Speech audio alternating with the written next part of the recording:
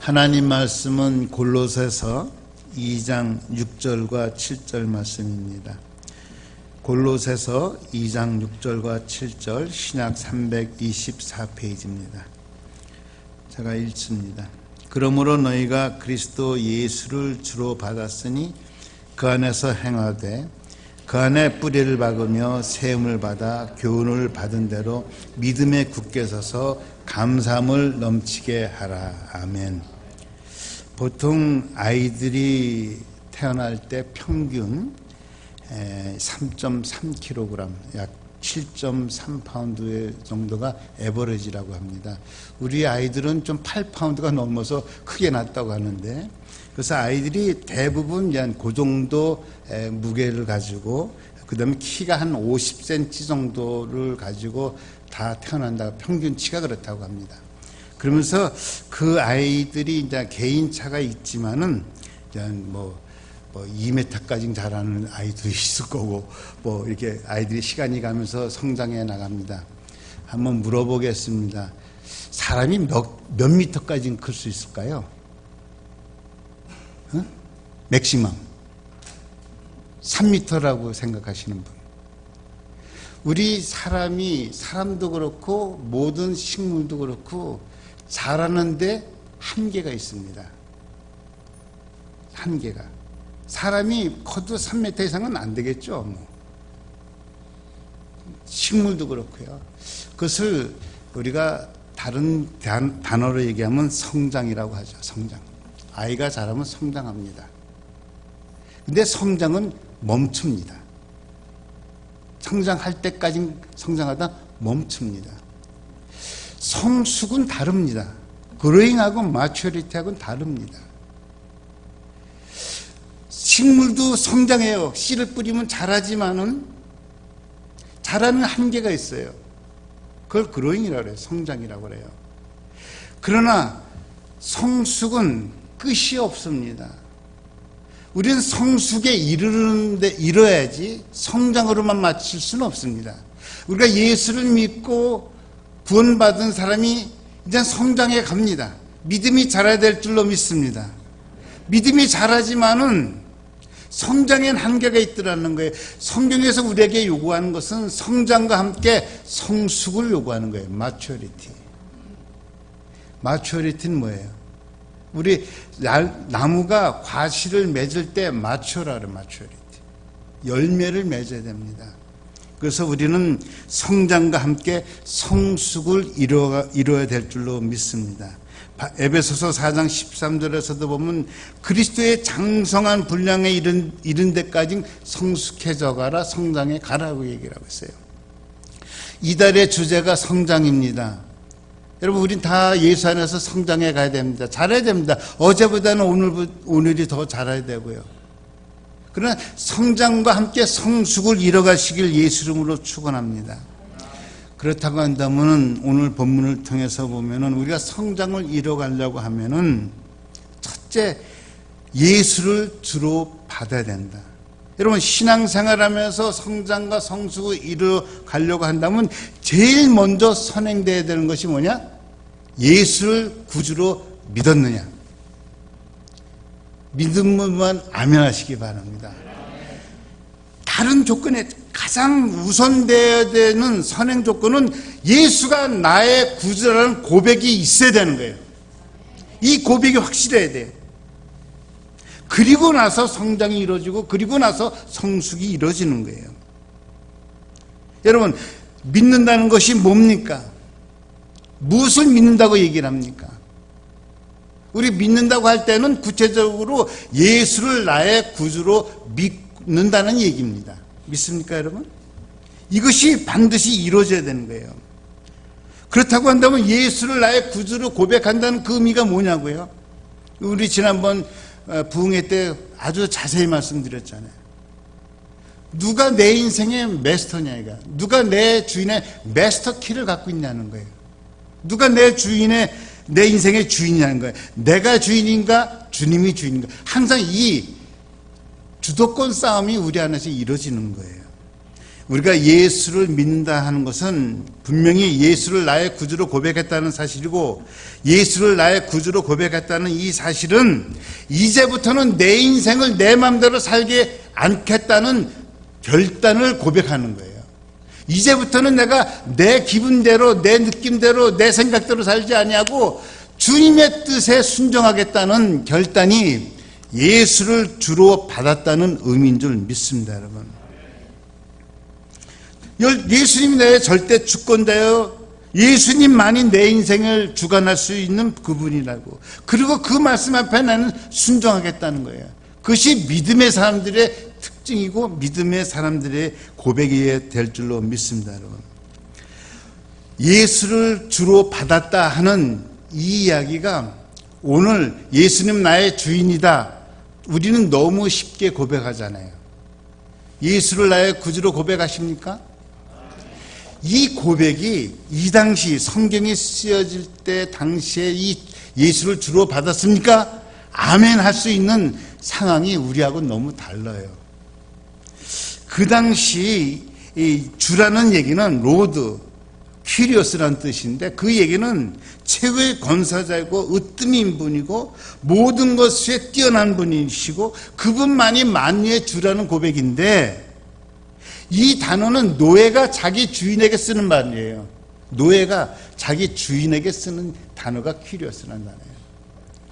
그 당시 로마 시대 때 로마의 최고 주권자는 누구예요? 가이사 황제예요.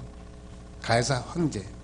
그래서 초대교회 때는 길 지나가다가 가이사가 주인입니다.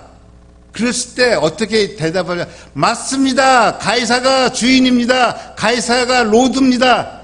맞장구를 쳐줘야 되는 거예요. 그런데 예수 믿는 사람들은 지나가는데 가이사가 주인입니다 했을 때 이해할 수 있어요, 없어요?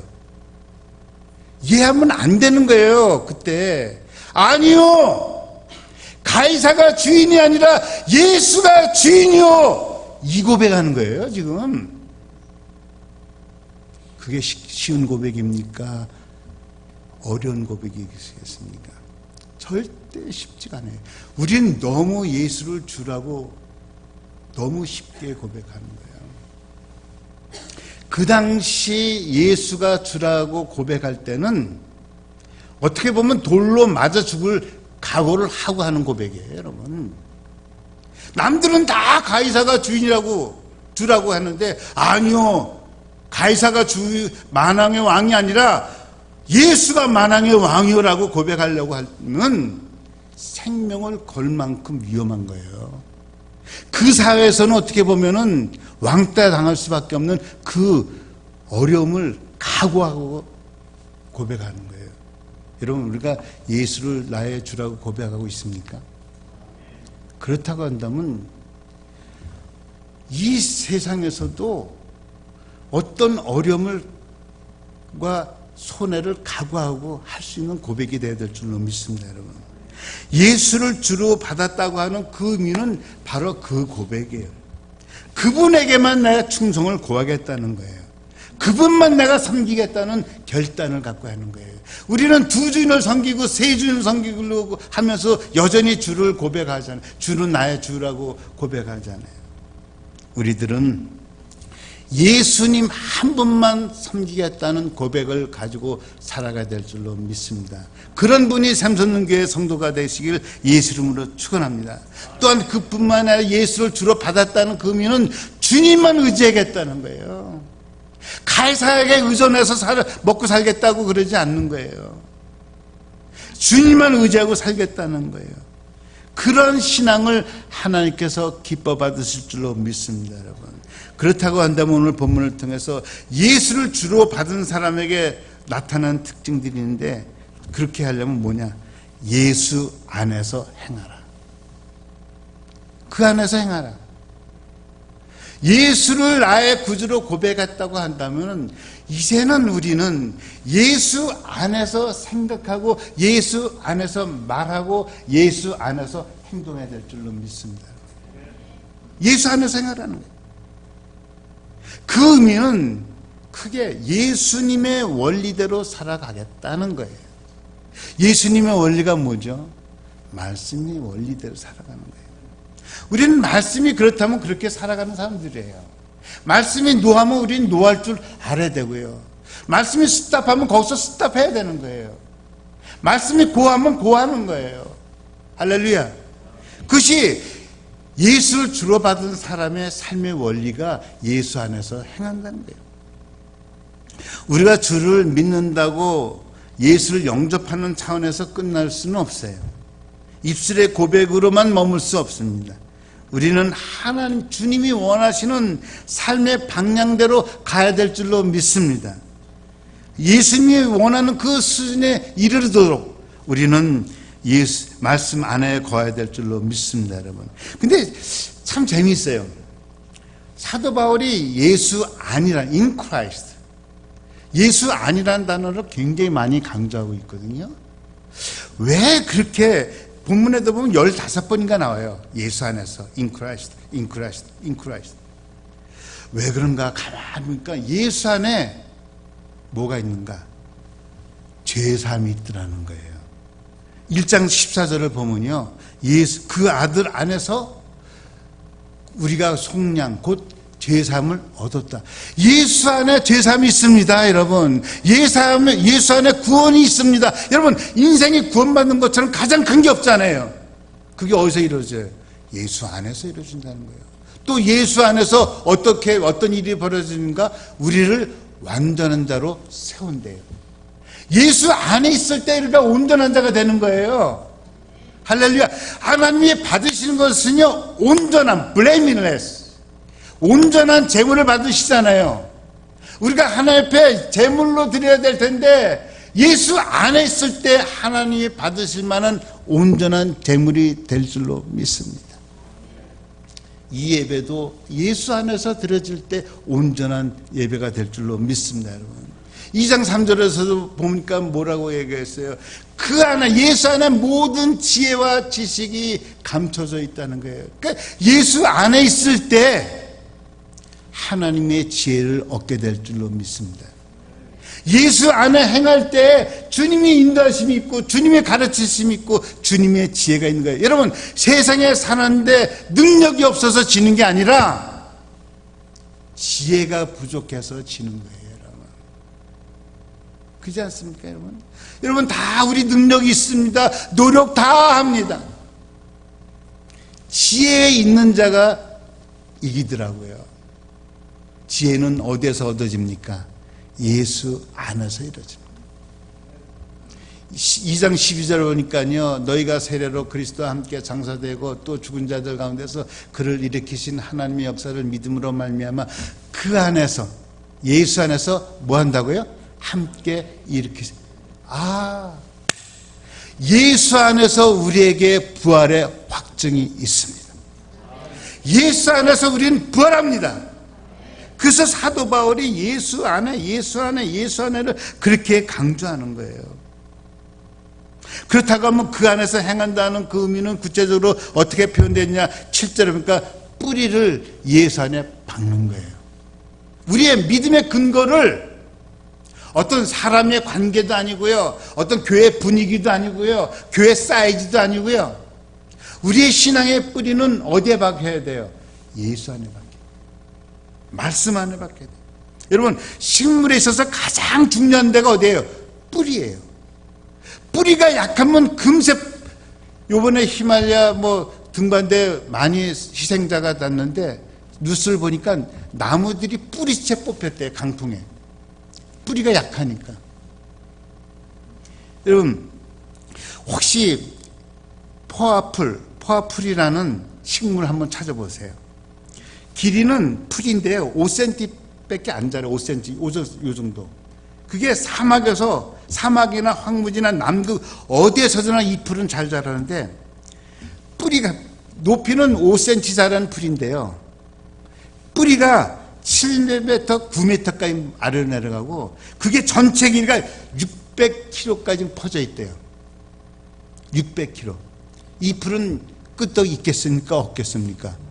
무슨 환란이 와도 껐떡 나입니다.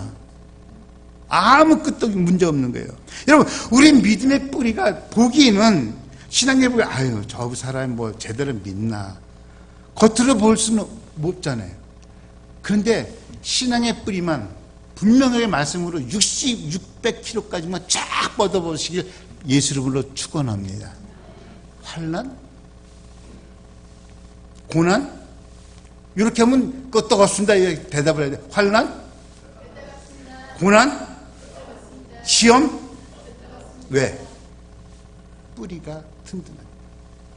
여러분, 여러분의 신앙의 뿌리가 분명해야 돼요. 이것은 우리는 어디에 신앙의 뿌리, 구원의 확신을 갖고 있어야 돼요. 여러분, 그리스도인에게 5가지 확신 여러분 배우셨죠? 뭡니까? 구원의 확신, 승리의 확신, 죄사함의 확신, 인도하심의 확신, 기도응답의 확신. 이 5가지 확신의 뿌리를 박으면요, 구원의 확신이 있으면 여러분 죽어도 좋고 살아도 좋은 거예요. 우리는 어차피 천당 가서 만나야 될 사람들이니까. 할렐루야. 여러분, 승리의 확신의 뿌리만 빡 박혀봐요. 끄떡 없는 거예요. 왜? 승리를 하나님께서 보장해 주셨기 때문에 그래요. 죄사함의 확신, 이 확신만 있으면요 당당해요. 주눅 들 필요가 없는 거예요. 왜? 예수의 그리스도의 보혈의 피가 내 삶을, 제 삶을 다 해주셨는데. 할렐루야. 인도의 확신, 오늘 일이 잘 안 돼도 하나님 분명히 나를 선한 길로 인도해 주실 줄 믿습니다. 노래하고 가는 거, 찬양하고 가는 거예요. 기도 응답의 확신, 내가 기도하면 하나님께서 들으시고 응답하신다. 이 확신만 있으면요 우린 늘 기도 자리에 나오게 돼 있습니다. 나오고 기도합니다. 할렐루야. 신앙의 뿌리가 깊어요. 왜 신앙의 뿌리에 대해서 사도 바울이 얘기했냐면, 골로새 교회의 특성이 그 당시 너무 많은 철학이 들어왔어요. 교회에. 여러분, 교회는요 이론을 얘기하는 데가 아니에요. 신앙을 얘기해야 되고 말씀을 얘기해야 되는 거예요. 철학과 사상을 강론하는 데가 아닙니다. 여러분, 골로새 교회에 철학이 너무 많이 들어왔어요. 그러니까 이들이 들은 게 너무 많아. 그러니까 이게 맞는지 나중에 저게 맞는지 혼돈이 되는 거예요. 여러분, 많이 듣는 거 중요하지만 하나님 말씀을 들으셔야 돼. 진리를 들어야 돼. 너무 많은 정보가 우리를 혼돈하게 만드는 거예요. 그렇잖아요. 누가 한 사람이 아프다 그러면 그거 뭐가 좋다, 뭐 저도요 당에 좋다는 거 무지무지한 정보를 다 갖고 있는데 하나도 내가 안 해. 그냥 의사가 하라는 대로만 해. 제가 그거 다 쫓았다가요 배불러서 그 약 다 먹다가 약으로 배 채우겠다니까요. 내가 골로새 교회가 너무 많은 인포메이션 갖고 들어오는 거예요. 철학이 들어오고요, 세상 풍조가 들어요. 뿌리가 없으니까 흔들리는 거예요. 그게 맞는가 봐, 저게 들을 때 다 그럴 듯 하잖아요. 여러분, 말씀 외에는 진리가 없습니다. 그래서 진리의 뿌리를 받고 나서, 여러분, 뿌리가 나무의 존재 이유가 아니죠. 뿌리가 든든해야 될 이유는 뭡니까? 자라기 위해서라는 거예요. 성장하기 위해서. 세움을 입었다고 그러잖아요. 그것은 위로 성장해야 돼요. 여러분, 우리는 땅에서만 머물 사람이 아니고요, 위의 것을 바라봐야 돼요. 위로 성장해야 돼요. 하나님 나라를 향하여 위로 올라가야 되는 거예요. 여러분, 할렐루야. 그래서 성경문에 위의 것을 사모하라, 하나님 것을 사모하라. 그래서 든든히 서서 결국은 성숙을 통해서 뭘 이뤄야 돼요? 열매를 맺어야 돼요. 나무의 존재 이유는 열매예요. 여러분, 그 나무에도 두 종류가 있잖아요. 그냥 그 뭐죠? 관상수 아시죠? 관상수 두고 이렇게 보기는 좋죠. 관상수가 있고요, 과실수가 있어요. 하나님은 관상수를 원할까요? 과실수를 원할까요? 여러분은 관상수가 좋아요? 과실수가 좋아요? 믿음도 보기는 아름다운 믿음이 있어요. 겉으로는 뭐 화려, 뭐 열심도 내는 것 같고 막 그런데 열매가 없는 거예요. 열매가.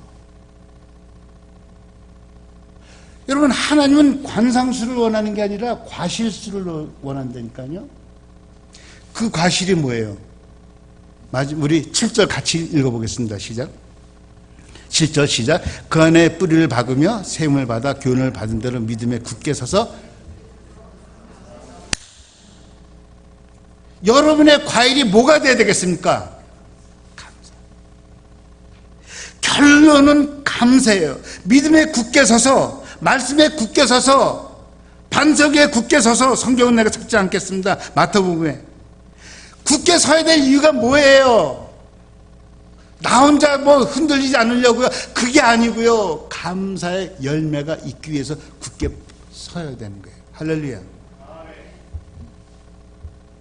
골로새서 3장 16절 17절 떼어주시기 바랍니다. 골로새서 3장 16절 17절 같이 읽겠습니다. 시작. 그리스도의 말씀이 너희 속에 풍성히 거하여 모든 지혜로 피차 가르치며 권면하고 시와 찬송과 신령한 노래를 부르며 감사하는 마음으로. 어떤 마음으로요? 여러분, 감사하는 마음으로 예배드리고, 감사하는 마음으로 성도로 섬기고, 감사하는 마음으로 내 직분을 감당해 나가는 것이 우리의 열매가 되어야 될 줄로 믿습니다.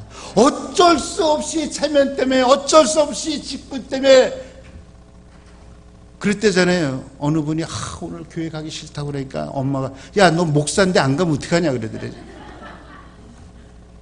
목사라는 직분 때문에 어쩔 수 없이 내가 이 자리에 서야 된다고 한다면은, 목사이기 때문에 내가 어쩔 수 없이 넥타이 메고 나와서 설교해야 된다고 한다면은 난 정말 슬픈 인생이 되는 거예요.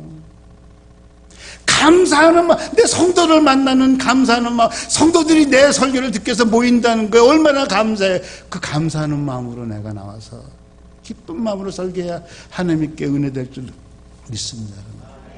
감사하는 마음으로 하나님을 찬양하고, 또 무엇을 하든지 말에나 입에나 다 주 예수의 이름으로 하고 그를 힘입어. 시작. 하나님 감사하시기 바랍니다. 이것이 신앙의 최고의 열매인 거예요. 무엇을 하든지 하나님께 감사함으로 하라. 여러분, 나무가 있어야 될 이유는 관상수로 끝나면 안 되고요. 과실수가 되어지기를 예수 이름으로 축원합니다. 여러분, 성장은 한계가 있지만 성숙은 끝이 없는 거예요. 주님이 원하시는 것은 성숙한 maturity Christ, 크리스천, 성숙한 그리스도인이 돼서 삶의 프루트이 있는, 베어 프루트, 삶의 열매가 있는 성도가 되시길 예수 이름으로 축원합니다. 오늘 성경 말씀은 예수를 주로 받았으니, 예수를 안 믿는 사람하고는 전혀 상관없는 얘기예요. 예수를 주로 받으신 줄 믿습니다, 여러분. 그러면 나의 얘기고 여러분의 얘기가 어디에 뿌리를 박아야 돼요? 말씀에 뿌리를 박아야 돼요. 그 외 것들은요 그냥 넘어가도 돼요. 그 외 것들은 그냥 넘어가도 되는 거예요. 그러나 말씀이 있다고 한다면 우리는 생명 걸고 지켜야 돼요. 할렐루야. 그리고 믿음에 딱 서서 감사가 넘치는 삶이 되시길 예수 이름으로 축원합니다. 저는 여러분의 있음에 감사합니다. 주님이 계심으로 너무 감사해요. 주님 때문에 제가 목사 된 게 너무 감사해요. 제가 가끔 얘기하잖아요. 제가 목사가 안 됐으면 뭐 어디 갔을까? 목사가 됐을까? 여러분, 주님의 은혜로 우린 감사하시길 예수 이름으로 축원합니다. 그것이 성숙한 그리스도인에게 나타난 열매예요. 저는 우리 샘선도 성도 여러분이 이런 성숙을 온전히 이뤄가는 성도들이 될 줄로 믿습니다. 기도하겠습니다. 하나님 아버지 감사합니다. 정말 저희들에게 예수를 주로 믿을 수 있는 성령의 역사를 주셔서 감사합니다. 이제 예수를 주로 받은 사람으로서 감사의 열매를 이뤄가는 성숙한 그리스도인이 다 될 수 있도록 우리 삼성동교회 성도 한 분 한 분을 축복하여 주옵소서. 예수님 이름으로 기도했습니다.